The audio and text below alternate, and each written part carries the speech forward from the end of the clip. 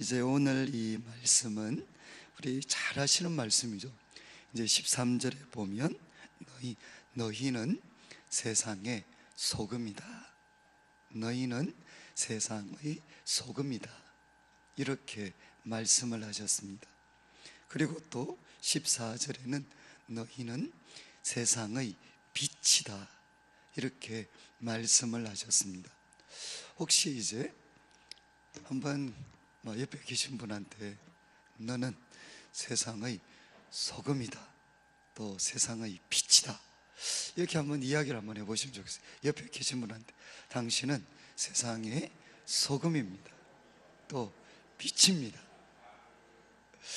근데 제가 이제 이 말씀 잘 한번 제가 이 말씀을 묵상을 하다가 그래도 제가 이제 한번 좀 충격까지는 아니지만 좀 이상하다라고 생각했던 적이 있습니다. 왜냐하면 우리 교회에서 예를 들면 우리 장로님들이나 또 권사님들 또 목회자분들이 이제 기도할 때 아마 가장 많이 기도했던 제목 중에 하나가 하나님, 우리 성도들이 세상의 빛이 되게 해 주십시오. 그리고 세상의 소금이 되게 해 주십시오. 이렇게 참 기도를 많이 하셨습니다. 아마 저는 어릴 때부터 들었던 기도 중에 제일 많은 기도 제목이 하나님, 세상의 소금이 되게 해 주시고 세상의 빛이 되게 해 주십시오. 아마 이런 기도를 제일 많이 들었던 것 같아요. 그런데 오늘 이제 이 말씀에 비춰 봤을 때 이 기도가 맞는 것 같습니까? 아니면 안 맞는 것 같습니까? 잘 한번 보셔야 돼요. 그러니까 예수님께서 저희들을 보고 야, 너희는 세상의 소금이 돼야 돼, 또 너희는 세상의 빛이 돼야 돼, 이렇게 말씀을 하고 계시지 않습니다. 그렇지 않은가요? 지금 말씀을 잘 보시면 야, 너희는 세상의 빛이 되라, 또 너희는 세상의 소금이 되라, 이렇게 말씀하고 계시지 않습니다. 이제 우리 신약 성경에서 특별히 우리 바울 서신 같은데 이해할 때 가장 중요한 표현 중에 하나가 이런 말을 합니다. 바울의 가르침은 언제나 처음은 직설법이다. 직설법. 무슨 말인가 하면 너희는 예를 들면 이제 너희들은 구원을 받은 사람이다. 너희는 구원을 받은 사람이다. 예를 들면 직설법입니다. 그 다음 직설법 다음에 따라오는 게 뭐냐? 명령법. 너희는 구원받은 사람이기 때문에 이렇게 살아야 된다 라고 말씀을 하셔요. 그래서 이제 신약 서신, 특별히 사도 바울의 가르침을 보면 언제나 처음은 무엇을 가르치느냐? 우리는 누구인가? 예수님 안에서 우리는 누구인가? 그래서 직설법입니다. 직설법. 너희는 누구다? 이렇게 바울이 가르치고 그 다음 나오는 표현이 너희는 이런 사람이기 때문에 이렇게 살아야 된다. 명령법이 나오게 됩니다. 제가 이렇게 말씀을 드리는 것은 성경에서는 구약에도 똑같습니다. 우리 십계명을 보시면 이렇게 시작하죠. 바로 나 외에 어떤 신도 어떤 것도 내 앞에 두지 마라. 이게 십계명 중에 첫 번째입니다. 그런데 십계명이 이렇게 시작합니까? 너희는 나 외에 다른 신을 내게 있게 하지 마라. 이렇게 십계명이 시작이 됩니까? 어떻게 시작이 되죠? 십계명이 어떻게 시작이 됩니까? 그러니까 첫 번째 계명은 나 외에 어떤 것도 내 앞에 두지 마라, 이렇게 이야기를 하지만 그러나 성경은 그 앞에 뭘 이야기하죠? 바로 나는 누구냐? 종되었던 너희를 건져낸 여호와다. 나는 너희를 건져낸 여호와다. 그렇게 말씀하신 다음에, 그러니까 첫 번째, 너희들은 나 외에 어떤 것도 있게 하지 마라. 그러니까 십계명도 똑같습니다. 먼저 나는 누구냐? 너희는 누구냐? 애굽의 종되었던 것에서 바로 구원받은 백성들이다. 구원받은 백성들이니까 너희들이 해야 될 일은 나 외에 어떤 것도 너 앞에 있게 해서 안 된다. 이렇게 말씀을 하셨어요. 그러니까 구약도 신약도 첫 번째, 우리가 어떻게 우리가 어떻게 살아야 되느냐, 그것을 말하기 전에 우리가 어떤 사람인지, 우리가 누구인지를 먼저 말씀하시고 기억하게 하시고 깨닫게 하신 다음에, 너희는 이런 사람이니까 이렇게 살아야 된다 라고 말씀을 하십니다. 그런데 이제 오늘 특별히 우리 성도님들의 삶에서 참 이렇게 살아야 된다, 명령법에 대한 것은 많이 있습니다. 그런데 무엇이 빠지기 쉬우냐? 우리가 누구인가? 우리가 누구인가 하는 것을 깊이 생각하고 거기에 완전히 이렇게 푹 빠져서 우리 마음속에 감사와 찬양과 기쁨이 넘쳐나게 하는 것, 이것은 빠져버린 채 명령법, 이렇게 살아야 된다라는 것만 잘못 강조되면 이것은 율법주의에 빠질 수가 있습니다. 그러니까 사실은 우리가 신앙생활할 때, 물론 이걸 퍼센테이지로 하기는 어렵겠지만 제가 볼 때는 70% 정도는 어디에 시간을 할애해야 되느냐? 내가 예수 그리스도를 통해서, 하나님의 사랑을 통해서 내가 얼마나 귀하고 놀라운 사람이 되었는가, 은혜에 감격하는 삶, 은혜에 감격하는 시간이 숫자적으로 표현한다면 한 70%는 돼야만, 한 70%에서 80%는 되고, 그 다음에 뭐가 나와야 되느냐? 야, 내가 이렇게 구원을 받았으니까, 이렇게 놀라운 은혜를 받았으니까 이렇게 살아야 되는구나, 감사함으로 이런 삶을 나타내야 되는구나. 제가 이렇게 말씀을 드리는 것은 예수님께서는 저희들을 보고 이렇게 말씀하셨습니다. 너희는 세상의 소금이다. 되라고 말씀하지 않으셨어요. 너희는 세상의 소금이다. 그런데 조금 더 정확하게 번역을 하면 너희는 세상의 유일한 소금이라는 것입니다. 그냥 소금이 아니고 The Salt입니다.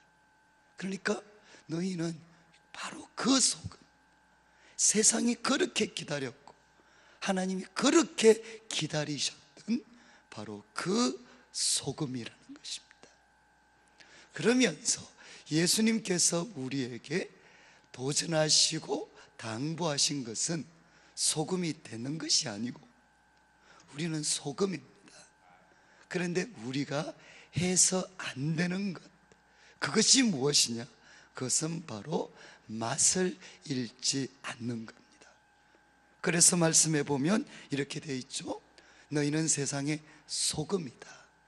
소금이 만일 그 맛을 잃으면, 소금이 만일 그 맛을 잃으면 무엇으로 짜게 하겠는가? 후에는 아무 쓸데없어 밖에 버려져 사람에게 밟힐 뿐이니라. 그러니까 여기에 첫 번째는 쓸데없어진다, 그리고 밖에 버려진다, 그리고 사람들에게 밟힐 밟히게 된다. 그러니까 세 가지 동사를 사용하고 있어요. 아무 쓸데없어진다, 쓸데가 없어지고, 그리고 밖에 버려지고, 그리고 사람들에게 밟히게 된다. 언제 이런 일이 생깁니까? 우리가 소금이 안 될 때가 아니라, 우리는 소금인데 맛을 잃어버리게 되면 우리는 쓸데가 없어진다는 겁니다. 그러니까 좀 표현이 그런데, 천하에 쓸데없는 사람들이 누구냐? 그리스도인들인데, 맛을 잃은 그리스도인들은 천하에 쓸데가 없어진다는 거예요. 가정에서도 쓸데가 없어지고, 이 세상에서도 쓸데가 없어진다는 거죠.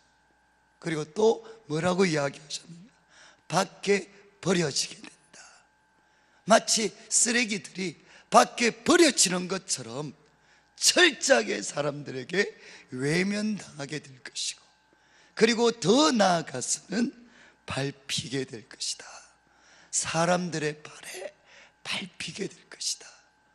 성도님들, 오늘날 우리 한국 교회의 상황이 참 비슷하잖아. 쓸데가 없어졌잖아.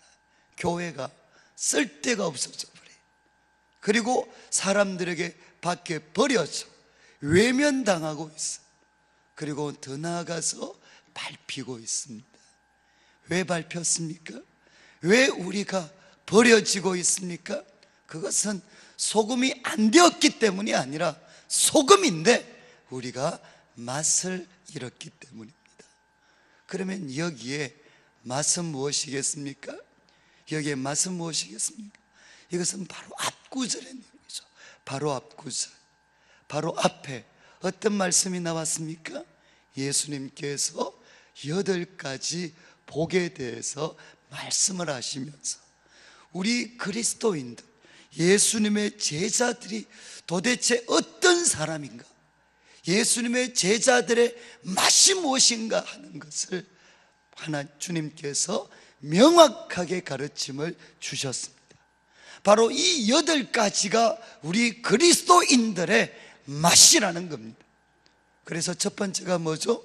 바로 영이 가난한 것입니다. 영이, 성도님들, 영이 가난한 자가 복이 있어서 누구의 통치를 받아야 되느냐? 바로 하나님의 통치를 받아야 됩니다. 영이 가난한 자, 우리는 피조물일 뿐만 아니라 우리는 죄인들입니다. 만물보다 심히 부패했던 것이 우리의 마음이었고, 지금도 이 부패된 마음은 우리에게 영향을 끼치고 있습니다. 여러분, 우리 성도님들의 맛, 우리 그리스도인들의 맛은 어디에서 시작이 되느냐? 항상 영이 가난한 것. 하나님 앞에서, 하나님, 저는 피조물입니다. 그리고 하나님, 저는 죄인입니다. 주님의 은혜와 도우심이 없이는 한순간도, 하루도 하나님을 기쁘시게 하며 사람들에게 도움이 될 수 있는 그런 사람들이 아닙니다 라는 것을 철저히 고백하면서 하나님의 도우심과 그리고 하나님의 능력을 힘입어서 살아가는, 그것이 우리 그리스도인들의 맛이라는 겁니다.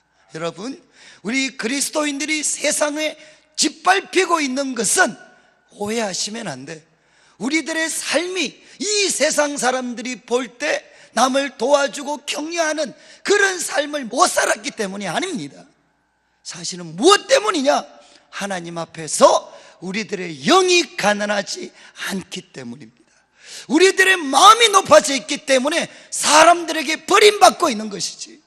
여러분, 그래서 저는 이 2014년을 시작하면서 다시 한번 우리 모두가 고백해야 되는 게, 우리가 회복해야 되는 맛이 뭐냐? 하나님, 영이 가난한 자가 복이 있습니다.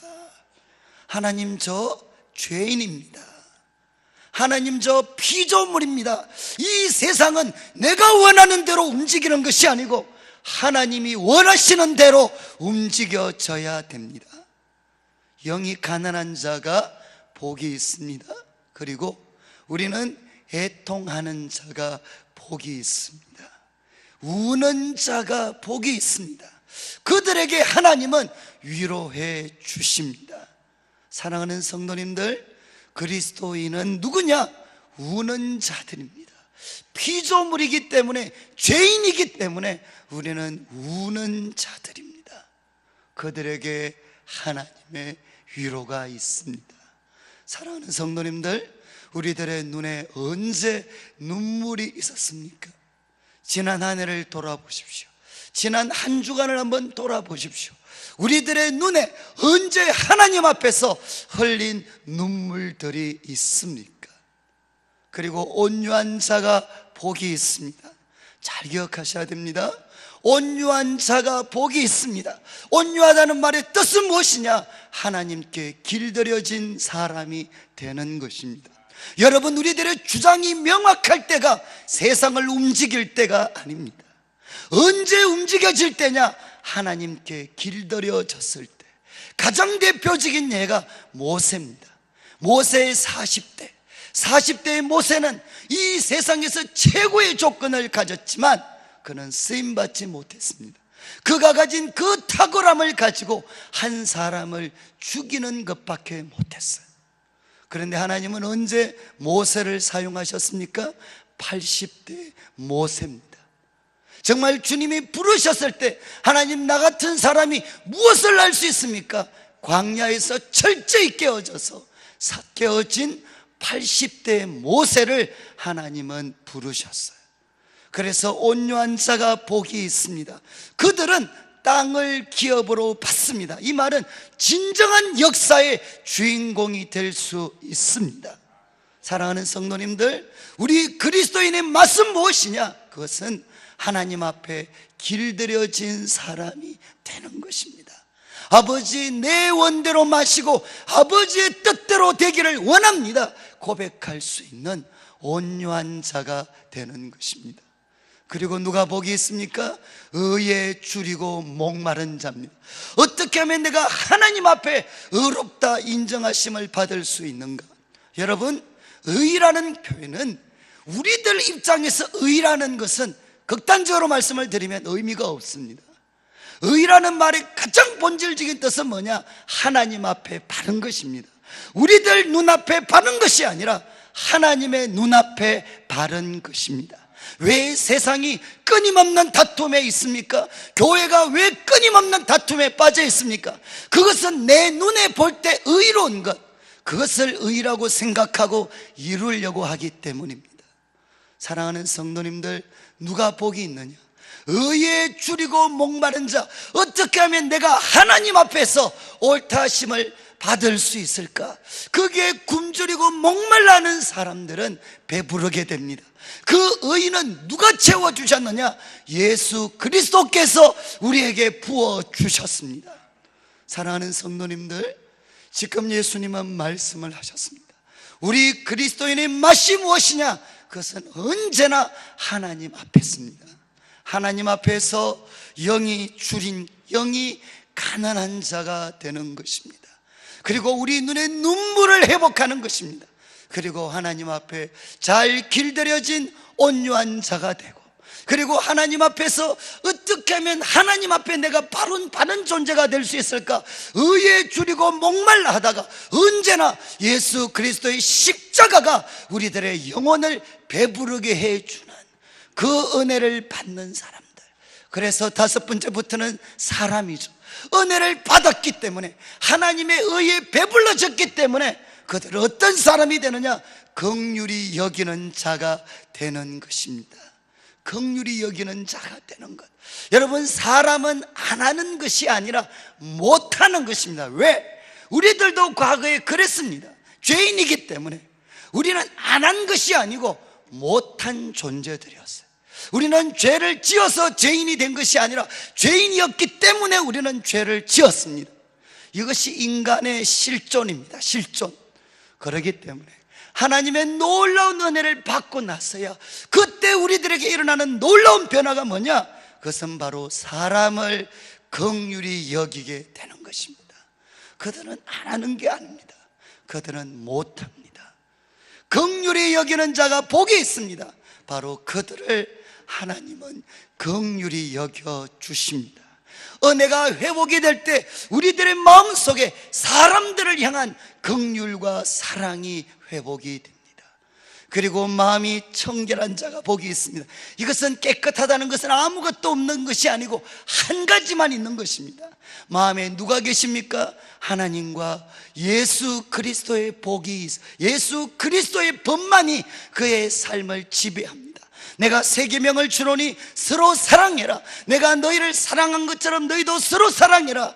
예수님의 그 새 계명이 우리들의 삶을 지배할 때, 그리고 복음을 전파하라는 주님의 그 위대한 명령이 우리들의 삶을 지배할 때, 그때 어떻게 되죠?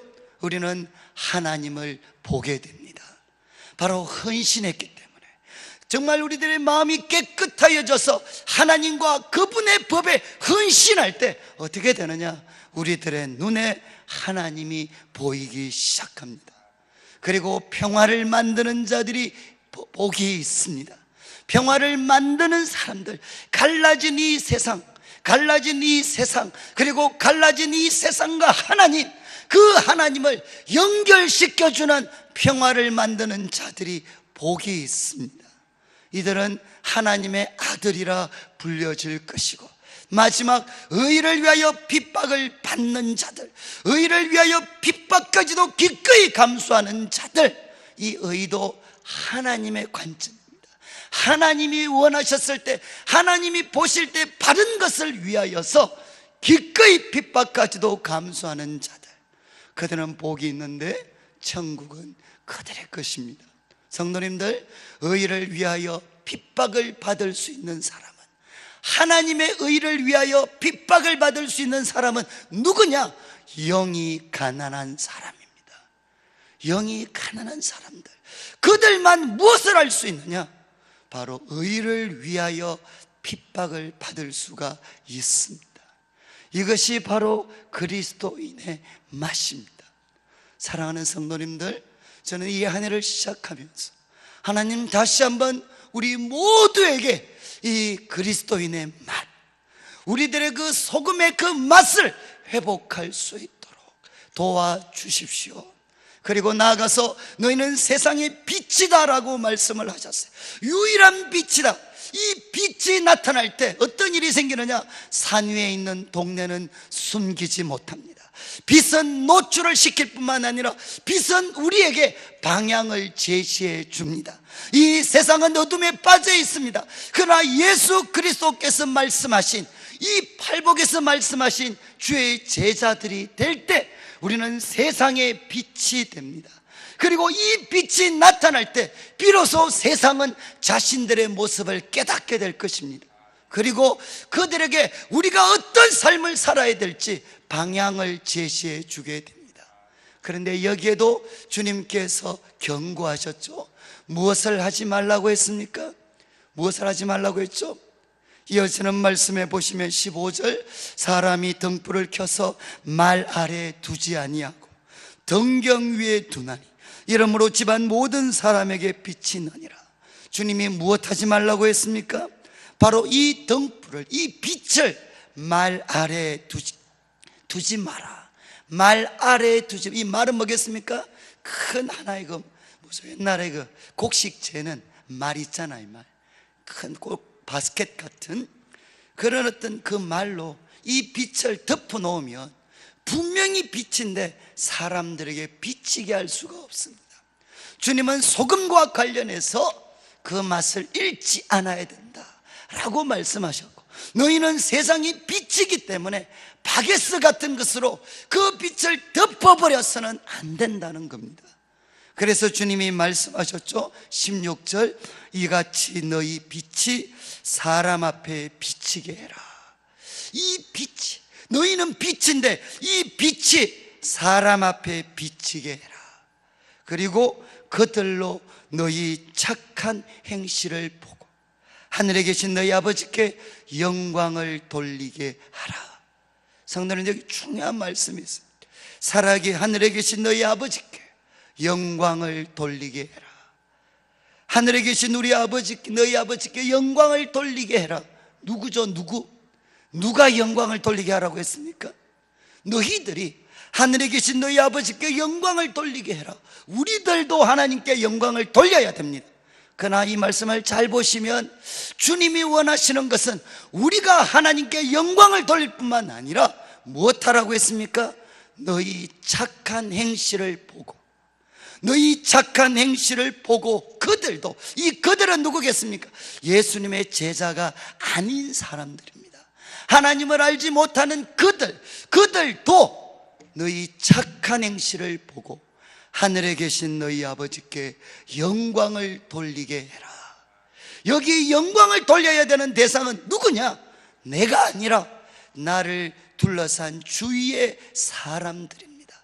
그들로 너희 착한 행실을 보고 하늘에 계신 너희 아버지께 영광을 돌리게 해라. 이 일이 일어나려면 어떻게 해야 되죠? 이 빛을 사람들에게 보여야 된다는 겁니다. 이것을 바스켓, 말로 덮어버리지 말고 두려움 때문에, 염려 때문에, 그리고 세상의 핍박과 어려움이 겁이 나서 이 빛을 말로 덮어버리지 말고 어떻게 해야 되느냐? 사람들 앞에 비치게 해라. 노출시켜라. 나 예수님을 믿는 사람이다, 예수님의 제자다 라는 것을 나타내라는 것입니다. 직장 속에서 나타내라는 거죠. 그리고 일터에서, 가정에서 나타내라는 것입니다. 선언하라는 겁니다. 나는 예수님의 제자입니다. 교회에서만 예수님의 제자가 아니라 나는 밥 먹을 때도, 술자리에서도, 그리고 거래를 할 때도 나는 예수님의 제자다 라는 것을 선포하라는 것입니다. 이 빛을 두려움 때문에, 염려 때문에 덮어두지 말고 이 빛을 비치게 하라는 겁니다. 그리고 착한 행실을 보여주라는 거죠. 그래서 너희들만 하나님을 영화롭게 하는 것이 아니라 너희의 착한 행실을 보고 너희 주위에 있는 그들도 너희가 섬기는 하나님, 그 하나님께 영광을 돌리게 하라는 것입니다. 성도님들, 주님이 우리에게 말씀을 하셨습니다.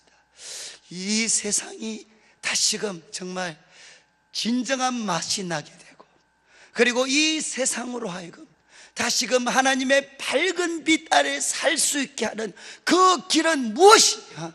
우리가 맛을 잃지 않고 우리들의 그 빛, 예수 그리스도의 제자된 이 빛을 숨기지 말고 사람들에게 보여줘라.